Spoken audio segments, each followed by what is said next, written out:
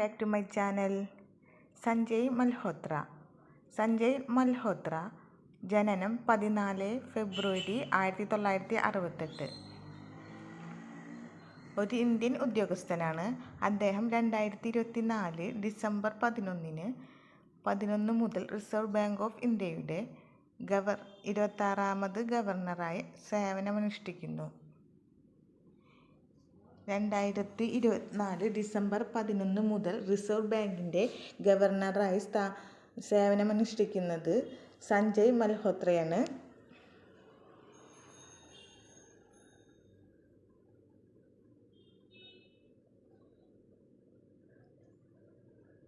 സഞ്ജയ് മൽഹോത്ര ജനിച്ചത് 1968